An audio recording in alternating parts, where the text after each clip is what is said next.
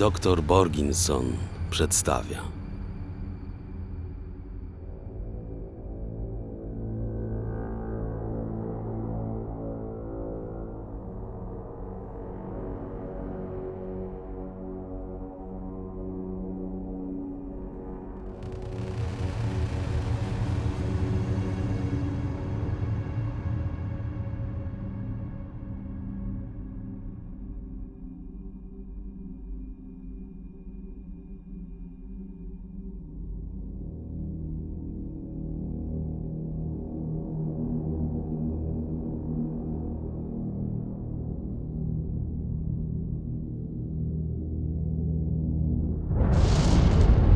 Założyłbym się o cały kopiec rudy, że nikt w cholernej straży nie spodziewał się wydarzeń z dzisiejszego poranka. Paskudnie się zrobiło. Któż mógłby sądzić, że Gomez go zabije ze złości, co? Ciekawe, czy gdyby Markus wiedział, co się z nim stanie, wypaliłby tej nocy mniej bagiennego ziela. Dla tego leniwego wieprza i tak nic więcej się nie liczyło. Sam sobie zawinił. Dopuszczenie do kradzieży magnackiego pierścienia i sporej ilości rudy z gomezowego kufra to coś więcej niż zaniedbanie.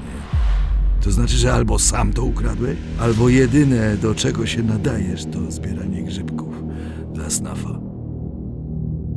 Gdyby chodziło tylko o rudę, pewnie wciąż by jeszcze dychał. Ale sygnet?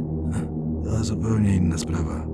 Oprócz mnie i Gomeza, jedynie kilku magów byłoby pewnie w stanie rozpoznać ten stary artefakt. Podobno to pierścień władzy, przekazywany sobie przez wcześniejszych baronów zamieszkujących zamek. Zawsze czułem, jak wzbudza mój strach i uległość. Jak wielką magiczną moc w sobie skrywa, wie pewnie tylko sam Gomez. Pamiętam, jak ściągnął go z palca poprzedniego przywódcy obozu, gdy po powstaniu magicznej bariery, jeszcze jako kopacze, wyżynaliśmy całą starą władzę w kolonii. Prawie od razu zdał sobie sprawę z jego możliwości. Byłem tam wtedy tuż przy nim, gdy go znalazł. Obserwowałem też później, jak szybko dzięki tej błyskotce dostał się na sam szczyt. A to cacuszko mogło równie dobrze mi się trafić. Ten stary drań o tym wie. Nigdy nie dałem mu powodu, by mi nie ufać, ale nasze stosunki nie są już takie jak dawniej. Ostatnimi czasy ciągle coś podejrzewa. Wycieka mu zbyt wiele informacji. Co mu się roi do cholery w tej głowie, że to właśnie mnie wybrał do przeprowadzenia śledztwa. Nigdy przedtem nie dawał mi przecież takiej roboty. Cała ta sprawa śmierdzi gorzej niż banda spoconych najemników.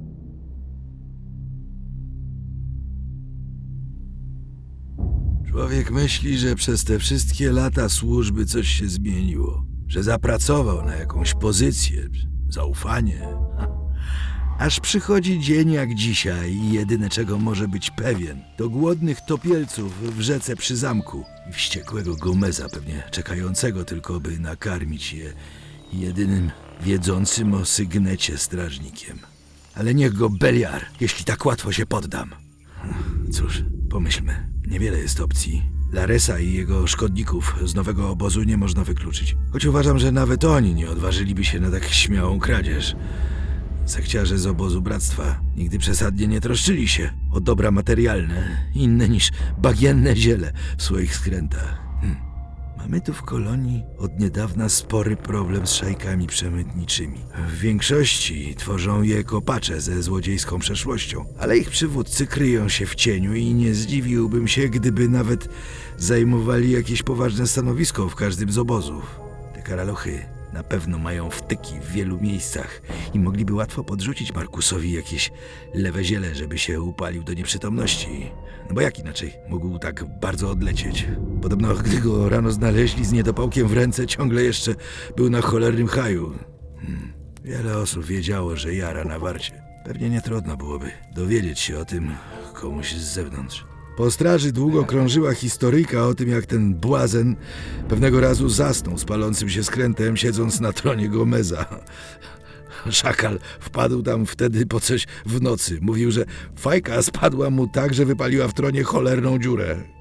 Gomez chciał go za to nieźle wybatorzyć, ale że Markus był krewniakiem Torusa, to tamten potem jakoś całą tę sprawę załagodził i rozeszło się po kościach. Ten szczyl stał się potem nieco ostrożniejszy, ale założę się, że mimo wszystko i tak chętnie spróbowałby każdego nowego towaru, jaki podsunęliby mu pod nos. Lata spędzone w tej zapchlonej kolonii nauczyły mnie jednego. Do każdej informacji da się dotrzeć, jeśli tylko wiesz, gdzie jej szukać. Czy może być bardziej wymarzone miejsce w starym obozie na przerzucenie kradzionego towaru niż cholerna karczma? Codziennie złazi się tu pół kolonii. Idealne miejsce, by pozbyć się czegoś, co nie należy do ciebie. Jako karczmarz możesz oczywiście powiadamiać straż przy każdym podejrzeniu przestępstwa. Chyba że jesteś wiecznie zadłużony i spłukany, a każdy brudas w kolonii może opłacić twoje milczenie. Jak ja nie znoszę tego ścierwa. Wiedział niewiele, ale tyle mi wystarczy. Podobno w karczmie jest skrytka. Zabronili mu zaglądać do niej, ale wieczorem ktoś coś tam zostawił, a rano już tego nie było. Cholerny nowicjusz zawsze sterczy tu dzień i noc, sprzedając ziele. No, zaraz zobaczymy, czy na widok pieczęci Gomeza przypomni sobie, czy ktoś się tu dzisiaj pałętał z rana. Naszczającego robara. To było prostsze niż myślałem. Jeśli wierzyć słowom tego bagniaka, jakiś obszarpany gnojek, jeden z tych kopaczy, kręcił się dość podejrzanie w okolicy karczmy z samego rana, jeszcze przed wyjściem całej grupy na szychtę. Zwrócił jego uwagę, bo zwykle do karczmy chodzą dopiero po robocie, a nie przed. Wszedł do niej tylko na chwilę i zaraz wyszedł z jakimś workiem na plecach. Twarzy nie zapamiętał, więc pewnie jakiś nowy. Przeklęte śmiecie. Nie pozostaje mi nic innego, jak sprawdzić zaraz wszystkich kopaczy z porannej szychty. O ile się nie mylę, powinni jeszcze siedzieć w kopalni. Zaraz zaczną śpiewać. Trzeba zacząć mocniej dokręcać im tam na dole śrubę, a kilku wrzucić do pożarcia pełzaczom. Bo wyraźnie zaczynają zapominać, kto tutaj rządzi. Gomez też musi zacząć coś z tymi szejkami robić. Pojawiają się jak piekielniki po deszczu. A jeśli któraś z nich odpowiada za to, co się dzisiaj wydarzyło, najwyższy czas wytępić tę zarazę ze starego obozu. Jedna po drugiej. Dobra, widzę już kopalnię. Zaraz się przekonamy, co dalej. Zapytam Maksima o poranną szychtę. Proszę, proszę. Cóż za zwrot akcji. Dwóch się w ogóle nie stawiło, he? Podobno opuścili obóz z całą resztą, ale do kopalni nie dotarli. No cóż, to wiele wyjaśnia. Wystarczy mi teraz tylko sprawdzić cholerną listę obecności. Jak tak dalej pójdzie, to do wieczora całą tę sprawę będę miał z głowy. Zgłodniałem od tego wszystkiego. Śledztwo idzie tak dobrze, że chyba zasłużyłem sobie na przerwę. Najwyższy czas przekąsić coś u Stafa. Trzeba się zastanowić, co z tym zrobić dalej. Ta dwójka może być teraz wszędzie.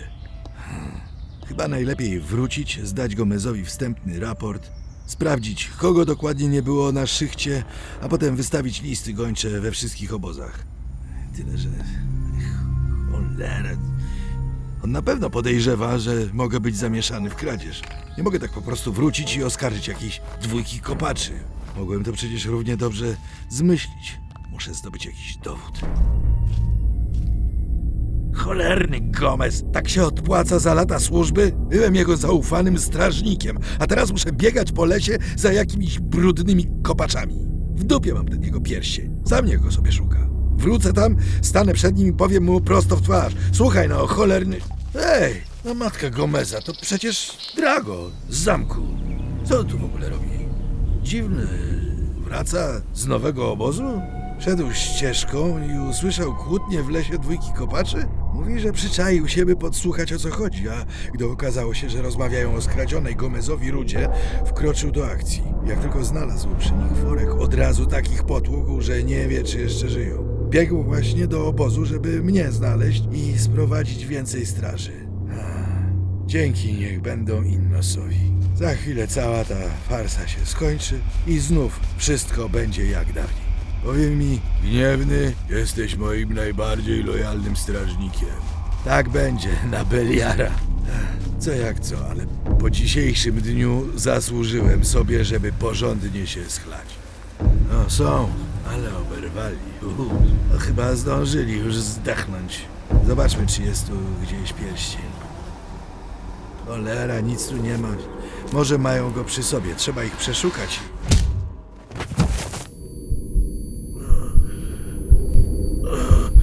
Co jest?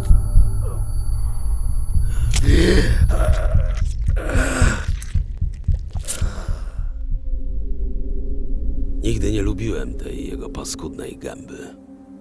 On i cała reszta straży to cholerne błazny. Do niczego się nie nadają oprócz spania, chlania i sprawiania wrażenia groźnych. Napuszone ścierwa. Przez myśl im pewnie nie przeszło, kto naprawdę mógł stać za kradzieżą pierścienia.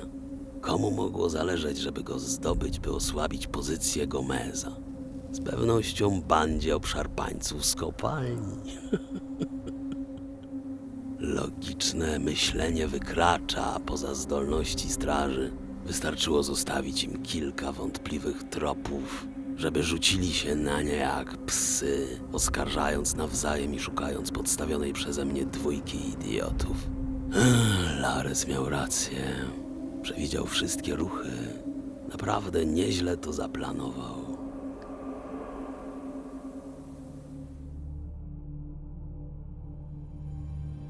Najpierw kazał mi pójść do Lukasa.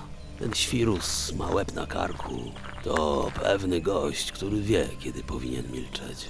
Poleciłem mu, żeby za dokładnie 2 dni, na widok Markusa, który zawsze wpadał do niego przed swoją wartą, sprzedał temu pieprzonemu palaczowi pewien specjał z nowego obozu. Markus łyknął to tak gładko, jakby w kolonii był dopiero od wczoraj. Cokolwiek miał kiedyś w głowie, chyba dawno już się wypaliło. Potem miałem znaleźć tych 2 ambitnych kopaczy, co zawsze trzymali się z dala od reszty i próbowali raz obrobić śpiącego najemnika. Mieli szczęście, że był kompletnie pijany, bo tak go to rozbawiło, że kazał im tylko wypieprzać raz, 2 do kopalni i więcej nie wychylać tych paskudnych mord, jeśli nie chcą do końca życia wydobywać rudy zębami. Gdy powiedziałem im, że przychodzę w imieniu szajki i proponuję w zaufaniu udział w skoku na zamek Gomeza, frajerzy aż się spocili z wrażenia. Kazałem głąbom wziąć tylko jedną rzecz z pomieszczenia. Wielki wór rudy, niczego więcej, niczego mniej. Jeśli wam się uda, powiedziałem, dostaniecie swoją część i zyskacie szacunek szajki. Nawet nie zapytali ile, tyle im wystarczyło. Obiecałem, że wszystko będzie przygotowane. Ja zajmę się strażnikiem z warty, a oni na sygnał zakradną się do pomieszczenia od tylnej strony. Łup mieli zostawić na noc w karczmie i wynieść go z obozu rano podczas wymarszu do kopalni. Obawiałem się, że te łajzy to spieprzą, bo inteligencją to nie grzeszyli. Ale Lares powiedział, że ze mną u boku sobie poradzą, więc nie miałem nic do gadania. Na szczęście to miała być ich ostatnia przygoda w życiu. Gdy przyszedł dzień kradzieży, to ja pełniłem wartę przed Markusem. Dokładnie opisałem Laresowi przebieg dnia Gomeza i dyżury straży, więc wszystko zaplanowane było, żebym znalazł się w odpowiednim miejscu o odpowiedniej porze. Innymi słowy, by moja warta kończyła się przed zmrokiem, kiedy to Gomez ściąga i zamyka w skrzyni pierścień, chwilę przed udaniem się na spoczynek. Wielokrotnie widziałem, jak to robi. Pewnie używanie sygnetu dzień i noc jest zbyt męczące. Czekałem chwilę po tym, jak wyszedł. Otworzyłem wytrychem kufer i zgarnąłem to cacko. Wkrótce potem przyszedł na zmianę Markus. Godzina wystarczyła. Znudziło go bezczynne stanie, wyciągnął swoją codzienną porcję ziela i zapalił. Weszli kopacze, zgarnęli rudę, zostawiając wrażenie zwykłego rapunku, a Markus w tym czasie pewnie dołączył już do śniącego w jakichś odległych krainach. Obserwowałem ich, jak idą z łupem do karczmy i zostawiają go w skrytce. Widziałem, jak siadają do stołu, wołają, by podano im kufle i zaczynają pić, rozmawiając między sobą pewnie o tym, co właśnie zrobili. Nie obchodziło mnie to zbytnio, ich czas i tak był policzony, ale wolałem kontrolować przebieg wydarzeń. Karczmarz też nie spuszczał z nich oka, to nasz człowiek. Gdyby zaczęli gadać zbyt wiele, miał im wrzucić ekstrakt z nasennego ziela do piwa, żeby poszli spać. Następnego dnia o świcie te głąby miały zabrać towar ze skrytki i opuścić obóz z resztą kopaczy. Ustaliłem miejsce spotkania w lesie. Gdy przyszli, obejrzałem łup, pogratulowałem dobrej roboty, a następnie wręczyłem każdemu po butelce piwa, by uczcić rabunek. W trakcie, gdy pili, udawałem, że odliczam dla nich bryłki rudy. Nie wiem, czy w ogóle zauważyli, że piwo smakuje trochę cierpko, ale tak czy inaczej, już po pierwszym łyku było za późno. Jad węża błotnego paraliżuje i uśmierca. Specjalność obozu na bagnie, jeśli wiesz, kogo zapytać. Zawsze w takich chwilach myślę sobie, że skoro umierają, to znaczy, że Innos chciał, żeby umarli. Inaczej by to chyba jakoś powstrzymał, nie? Te błazny powinny mi być wdzięczne. Nie cierpię tylko sprzątać po takich akcjach. No ale wszystko musiało być gotowe, zanim przyjdzie tu gniewny. Tak, Lares dokładnie wiedział, kogo Gomez wyśle do tego zadania. Jedyną osobę, na którą tak naprawdę padnie cień podejrzenia. Dawnego kompana stojącego tyle lat wiernie u jego boku, którego jednak z jakichś powodów nigdy nie uczynił ani magnatem, ani nie awansował. A że od dawna już podejrzewał jakąś zdradę w swoich szeregach, bo wyciekało mu zbyt wiele informacji, łatwo połączył kropki. Bo niby dlaczego miałby zwracać uwagę na takiego cichego i oddanego strażnika jak ja? O wiele bardziej prawdopodobne było, że dawny przyjaciel, na którego przez te wszystkie lata nie spadł blask chwały, zaczął powoli odwracać się od niego plecami. Ale zabić go bez dowodów, jak byle śmiecia? Nie. Musiał najpierw dostać ostatnią szansę, by udowodnić swoją winę albo jej brak. Gdy dawno temu pijany mag ognia Dery wypaplał mi, że Gomez zawdzięcza swoją władzę pewnemu staremu artefaktowi, wiedziałem, że właśnie usłyszałem coś bardzo ważnego. Lares natychmiast zaczął nalegać, bym zorientował się, co dokładnie miał na myśli. Dery zawsze miał dostęp do wielu sekretów znanych tylko magom, dlatego to mogło być coś dużego. Załatwiłem więc nieco później zwinięty z transportu do kolonii ładunek mrocznego paladyna, a następnie całą noc dotrzymywałem mu towarzystwa, pijąc butelkę za butelką i próbując pociągnąć za język. Wreszcie prawie o świcie opowiedział mi o pierścieniu, który nosi Gomez i dlaczego pewien strażnik, gdyby tylko chciał, mógłby sprawić mu duży kłopot. Zaklinał się przy tym, bym nikomu o tym nigdy nie wspominał. Jasne, że nie. Rachu. To były informacje, na które czekałem latami. Wreszcie ukazała się szansa, by pomścić moją siostrzyczkę, którą zesłali tu kiedyś razem ze mną i odegrać się na Gomezie. Moja kochana siostra skończyła jako jego dziwka. Nie oszczędzał jej, o nie. A ja mogłem przez ten cały czas tylko słuchać o niej historię z zamurów zamku, bo byłem wtedy nikim. Wszystko przeze mnie i moje długi, do których spłaty ja sam im nie wystarczyłem. Wzięli więc ją, a gdy zmarła, wiedziałem, że tylko Lares będzie mógł mi pomóc. To dzięki niemu wbiłem wreszcie temu staremu gadowi nóż w plecy. Niech teraz spróbuje szczęścia bez swojej magii. Tyle lat na to czekałem. Mam przeczucie, że niebawem wszystko w kolonii się zmieni. Zacznie się od tego, że ten śmieć straci swoją pozycję. Patrz, siostrzyczko, to wszystko dla ciebie. Będziemy spokojnie obserwować. jak się zażynacie tam w starym obozie. Wszystko jest już przygotowane.